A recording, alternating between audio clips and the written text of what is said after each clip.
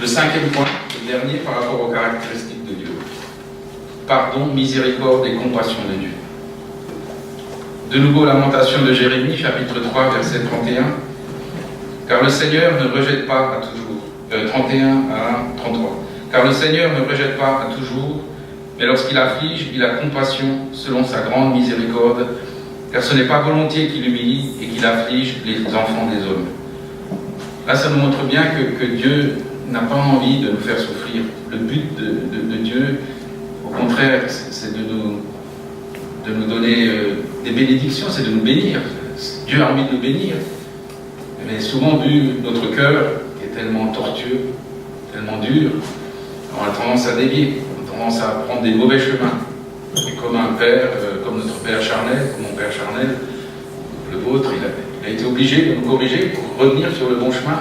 Et Dieu est aussi obligé de nous faire passer par certaines situations qui ne nous plaisent pas, mais c'est pour notre bien.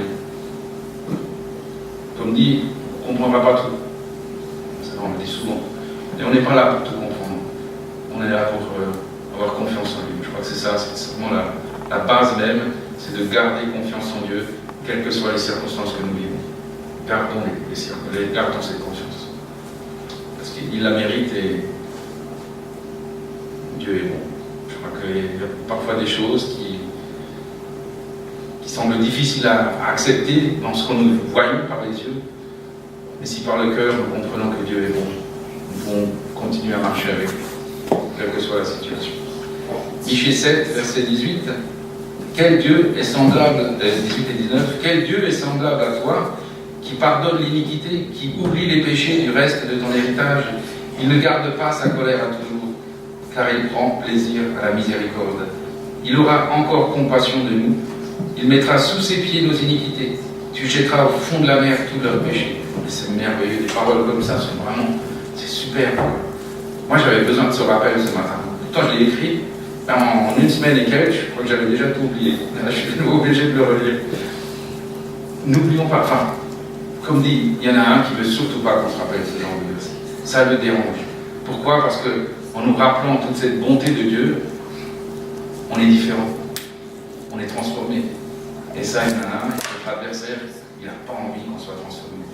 Il veut qu'on reste dans notre petit trou, en train de nous lamenter, en train d'essayer d'expliquer, en train de dire ah, et ça va pas, et ça c'est pas bon. Comme j'ai dit tout à l'heure, les bonnes choses, l'être humain il a tendance à les oublier, mais alors les mauvaises, il s'y rappelle. Je sais que souvent j'aimerais faire un petit reset pour effacer toutes les mauvaises choses que j'ai vécues et faire revenir toutes les bonnes que j'ai oubliées souvent. Par rapport à nos enfants, ce qu'on a vécu avec Francesca, je suis obligé de demander à Francesca de me rappeler ce qu'on a vécu avec les filles. Je ne me rappelle rien du tout. Elle se rappelle, là, à l'époque, avec les gamines, on allait se balader là, j'ai tout oublié. Par contre, si on me dit les attaques cérébrales de Francesca, je peux vous dire à la minute tout ce qu'on a vécu. Hein. Celles-là, elles arrivent. À l'heure où on était à l'hôpital, ce que j'ai fait à cet instant, quand elle est ressortie du médecin, la tête du médecin, ça, tout est là. J'aimerais juste l'inverse. On en était où? Michée. Oui. Donc, psaume 103, verset 2. Mon âme, et verset 2 et 3, mon âme bénit l'Éternel et n'oublie aucun de ses bienfaits. Bah tiens, je vais juste en parler. Et n'oublie aucun de ses bienfaits. C'est lui qui pardonne toutes tes iniquités et qui guérit toutes tes maladies. Ça, c'est la vérité. Ça, on doit le vivre. On doit le vivre. Pas seulement les iniquités pardonnées. Ça, on l'a accepté. On a pris le pain et le vin et on sait que Dieu nous a pardonné. Si nous nous repentons, si nous abandonnons le péché, Dieu nous pardonne. Mais il y a plus, il y a aussi les guérisons. Dieu est prêt à nous guérir. Dieu veut nous donner enfin, on a déjà cette guérison. Il y a marqué qu'il guérit toutes tes maladies. Il n'y a pas marqué qui un jour guérira ta maladie. Il guérit toutes les maladies. Il les guérit. Nous devons le croire, nous devons avoir confiance en Dieu et croire que ça c'est pour nous aussi, pas toujours pour l'autre. J'avais lu une fois un petit livret qui me disait, bon, je t'ai mis un peu là, un petit livret qui parlait de guérison, et justement il disait, si vous croyez que Dieu peut vous guérir à 99,9%, vous ne serez pas guéri. Parce qu'en fait dans votre tête, il y a le 0,1% qui va déranger, et ça c'est le doute qui va empêcher la guérison. Il faut que nous croyions à 100% que Dieu nous guérit. C'est ça qu'il faut faire. Et je me rappelle, j'avais lu ce bouquin pour moi et j'ai vécu la guérison par rapport à ça. Je l'ai vécu. Et je crois que c'est valable pour chacun d'entre nous. il faut croire en la guérison de Dieu à 100%. Amen. Parce que c'est sa promesse. C'est un Dieu qui ne ment pas. C'est un Dieu tout-puissant. C'est un Dieu, on ne va pas revenir sur tout le truc là. C'est rempli de miséricorde. Il est compatissant. Il est riche en bonté. Il est lent à la colère. Ça arrive, mais il est lent à la colère. Il ne se dépêche pas pour manifester sa colère. Mais il est riche en bonté. On a un Dieu riche en bonté. Ne l'oublions pas ça. Donc, psaume 103, dans la colère riche en bonté. On va continuer dans le psaume 103. Franchement, c'est un psaume qui m'a toujours plu aussi. Là, on va lire encore pas mal de versets. Du verset 8 au verset 18. Et donc après, on aura fini avec la première partie. On va voir un peu plus qu'un quart d'heure. L'Éternel est miséricordieux et compatissant, lent à la colère et riche en bonté. Il ne conteste pas sans cesse, il ne garde pas sa colère à toujours. Il ne nous traite pas selon nos péchés et il ne nous punit pas selon nos iniquités. Parce que sinon, on ne serait plus là. S'il devait nous punir par rapport à nos iniquités, il n'y a pas que moi qui ne serais pas là. Je pense qu'il n'y aura pas beaucoup de personnes sur l'échelle. Peut-être même personne. Mais autant les cieux sont élevés, je ne suis pas en train de vous accuser, je suis en train de connaître la réalité de ce qui est. C'est marqué dans la parole. Dieu sait que chaque personne est pécheuse. Il a cherché quelqu'un qui n'était pas, mais il n'en a pas trouvé. C'est marqué dans la parole. Mais autant les cieux sont élevés au-dessus de la terre, autant sa bonté est grande pour ceux qui le craignent. Autant l'Orient est éloigné de l'Occident, autant il éloigne de nous nos transgressions. Ce verset, pour moi, il est super. L'Orient, l'Occident, donc peut-être là. Qu'est-ce qui sépare l'Orient de l'Occident?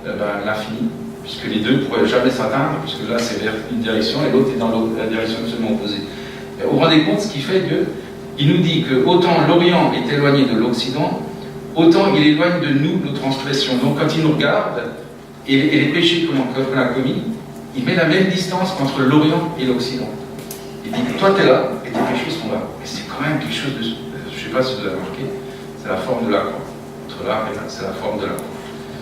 Ouais, c'est sur la croix que Dieu nous a montré qu'il mettait l'infini entre nous et nos péchés. Et ça c'est super. Verset 13, comme un père a compassion de ses enfants, l'Éternel a compassion de ceux qui le craignent. Car il sait de quoi nous sommes formés, il se souvient que nous sommes poussière, comme j'ai dit tout à l'heure. L'homme, ses jours sont comme l'herbe, il fleurit comme la fleur des champs. Lorsqu'un vent passe sur elle, elle n'est plus, et le lieu qu'elle occupait ne la reconnaît plus. Mais la bonté de l'Éternel dure à jamais pour ceux qui le craignent, et sa miséricorde pour les enfants de leurs enfants, pour ceux qui gardent son alliance, et se souviennent de ses commandements afin de les accomplir. Ouais. Mais la bonté de l'Éternel dure à jamais. Dieu de pardon, de miséricorde et de compassion. Voilà, ça c'était donc la première partie. La deuxième partie, ah oui, vous ne savez pas, là c'est tout simple. On va l'introduire avec un verset, Éphésiens 5, verset 1. Devenez donc les imitateurs de Dieu comme des enfants bien-aimés. Alors maintenant, ce qu'on va faire, on va reprendre tous les points qu'on a vus tout à l'heure et on va les mettre sur l'autre. On va regarder ce qu'on est capable de vivre. Alors premièrement, puissance du chrétien. Acte 1, verset 8. Mais vous recevrez une puissance, le Saint-Esprit survenant sur vous, et vous serez mes témoins à Jérusalem, dans toute la Judée, dans la Samarie et jusqu'aux extrémités de la terre. Ça, c'est ce que Dieu a prévu pour ses enfants. Ça, c'est la puissance qu'il veut nous donner. Il y a quelque chose de costaud là-dedans. Luc 10, verset 19. Voici, je vous ai donné le pouvoir de marcher sur les serpents et les scorpions et sur toute la puissance de l'ennemi, et rien ne pourra vous nuire. Dieu a quand même prévu quelque chose de fort. Et encore un autre verset, Éphésiens 3, verset 20. Or, à celui qui peut faire, par la puissance qui agit en nous, infiniment au-delà de tout ce que nous demandons ou pensons, à lui seul la gloire dans l'Église et en Jésus-Christ, dans toutes les générations au siècle des siècles. Amen. Voilà ce qu'il veut. Ça, c'est une puissance que Dieu veut nous donner. Et c'est à nous de nous accaparer, de la prendre. Je veux dire, oui Seigneur, tu as la puissance, tu me donnes cette puissance, mais bon, on la laisse où elle est. Ça ne sert à rien. Si on ne s'empare pas de cette puissance, parce que Dieu veut nous la donner, mais et elle est à nous, le Saint-Esprit est en nous, mais ce qu'il faut, c'est que nous soyons prêts à agir avec. Et pas à faire semblant, dire oui, mais il me manque ça, il a ça encore comme problème. Si on regarde les difficultés, on ne fera jamais rien. Je me parle, le miroir n'est pas là, c'est vraiment pour moi. S'il y a des difficultés, ben les difficultés, Dieu est plus grand que les difficultés. On a un Dieu tout-puissant et il nous donne cette puissance. C'est encore un verset que je crois que je n'ai pas noté. Jean 14, verset 12. En vérité, je vous le dis, ça c'est Jésus qui l'a dit, celui qui croit en moi fera aussi les œuvres que je fais et il en fera des plus grandes parce que je m'en vais au Père. Même encore plus que ce que Jésus a fait. C'est costaud, là. C'est pas un détail, là. Résurrection des morts, guérison, donner à manger, je l'ai écouté ce matin ou hier, avec 5 pains et 2 poissons arrivés à donner à manger à 5000 hommes, plus les femmes et les enfants. Waouh, il y a quand même quelque chose d'hyper puissant en Dieu, et Dieu nous dit qu'on pourra faire des choses encore plus grandes que lui. Mais pourquoi on ne les vit pas? Pourquoi on ne les fait pas? Où est le problème? Je ne pense pas que le problème est au niveau de Dieu, puisqu'on a un Dieu tout puissant. C'est pas ça. Je crois que le problème est en nous. Il faut qu'on mette les pendules à l'heure. Il faut qu'il y ait quelque chose qui se passe pour qu'on commence vraiment à vivre ce que Dieu a prévu que nous vivions pour lui. Pour lui. Surtout important. Pas pour nous, pour lui. Deuxième point, donc on reprend le point qu'on avait vu tout à l'heure. Tout à l'heure, c'était la sagesse, intelligence infinie de Dieu. Sagesse, intelligence du chrétien. Proverbe 9, verset 10. Le commencement de la sagesse, c'est la crainte de l'Éternel, et la science des saints, c'est l'intelligence. Il faut craindre l'Éternel, il faut respecter notre Dieu. Faut pas. C'est vrai que Jésus, à un moment, il a dit, vous ne serez plus mes serviteurs, vous serez mes amis. Mais ne confondons pas le côté ami comme ami dans le monde, ouais, salut, t'es mon pote, ça n'a rien à voir. Dieu veut être notre ami, mais n'oublions surtout pas qu'il reste Dieu. Donc une crainte, un respect. C'est pas une peur, hein, c'est pas le mot crainte, j'ai peur d'eux. C'est la crainte, c'est honorer Dieu, c'est le mettre à sa place, et nous, de rester à notre place. Pas comme Adam et Ève quand ils essayaient de monter. Vous avez vu le résultat, on vit encore dans le même problème. Quoi. Mais Dieu nous a envoyé Jésus-Christ pour dire, attendez, il y a une possibilité pour récupérer ça. Il ne faut pas que ce soit vous qui essayez de monter. C'est toujours Dieu qui doit être en vous. Nous, on doit s'abaisser le plus possible. Et ça, mais s'abaisser dans l'humilité, dans l'amour pour Dieu, en voyant sa grandeur, en voyant son immensité, son infinité. Je ne trouve pas les mots. Enfin, vous avez compris ce que je veux dire. C'est là que ça commence. Job 28, verset 28, on le relit de nouveau. Puis il dit à l'homme, voici la crainte du Seigneur, c'est la sagesse. S'éloigner du mal, c'est l'intelligence. Voilà, l'intelligence du chrétien, c'est s'éloigner du mal. C'est sûr que essayer de... Mais les deux sont collés. Je le sais pour moi-même dans ma vie, je pense pour vous aussi. Au moment où vous avez la crainte de Dieu, vous honorez Dieu, automatiquement, l'intelligence qui s'installe, parce que vous allez vous éloigner du mal. On ne peut pas honorer Dieu et vivre dans le mal. Parce qu'au moment même où vous vivez dans le mal, vous n'êtes pas en train d'honorer Dieu. Donc si on s'approche de Dieu et qu'on veut vraiment l'honorer, automatiquement on va s'éloigner du mal. Ça, c'était le deuxième point. Le troisième, fidélité du chrétien. Dieu est fidèle, mais le chrétien doit aussi être fidèle. On doit ressembler à notre Dieu. Matthieu 7, verset 21. Moi, il est costaud ce verset. C'est vrai, quand on le lit, il est costaud, mais il est dans la parole. Ceux qui me disent Seigneur, Seigneur, n'entreront pas tous dans le royaume des cieux, mais celui-là seul qui fait la volonté de mon Père qui est dans les cieux. Ça, c'est ce que Dieu nous demande. Dieu nous demande la fidélité. Dieu nous demande de lire sa parole, c'est vrai, mais si c'est juste pour la lire, on ne va pas loin. Il faut la vivre, sa parole. Dieu nous demande de vivre sa parole.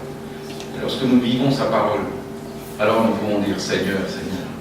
Parce que juste le dire par la bouche, et vivre autre chose que ce qui est marqué dans sa parole, ça s'appelle de l'hypocrisie. Matthieu 25, verset 21, son maître lui dit, c'est bien, bon et fidèle serviteur, tu as été fidèle en peu de choses, je te confierai beaucoup, entre dans la joie de ton maître.